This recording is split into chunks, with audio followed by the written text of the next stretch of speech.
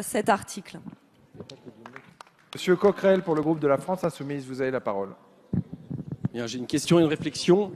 Ça vous a été dit tout à l'heure à 15 h, vous n'étiez pas là, Monsieur Collomb, mais il y a des gens qui ont décidé de célébrer le vote de cette loi, une milice Génération Identitaire, en étant aux frontières des Alpes avec des hélicoptères et en prétendant contrôler les frontières. Tout à l'heure, votre ministre nous a expliqué que tout était fait en ce moment pour faire en sorte que la loi soit respectée.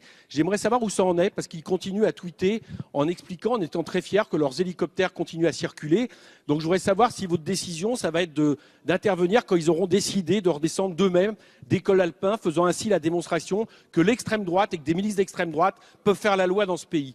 La deuxième chose, et ça a un rapport avec la loi que nous sommes en train de voter, la deuxième chose, c'est que nous sommes le 21 avril. En 2002, on nous a appelés à faire barrage contre le Front National. À l'époque, la durée maximum de rétention dans les centres administratifs était 10 fois moindre que celle que nous nous apprêtons à voter. Je pense que quelqu'un qui l'aurait proposé à l'époque aurait été considéré comme un extrémiste d'extrême droite à juste titre. Il y a quelque temps, vous nous avez appelés, vous nous avez sommés de faire barrage de nouveau au Front National. Est-ce que vous vous rendez compte qu'en décidant de doubler la durée de rétention jusqu'aux enfants, en imposant le téléaudience, vous êtes en train de cautionner le Front National? Est-ce que vous croyez toujours que les Français, dans quelques années, ne se diront pas finalement que l'original vaut mieux que la copie? Voilà ce que vous nous préparez, et ça vaut mieux que de lourds discours. Merci, Monsieur Coquerel.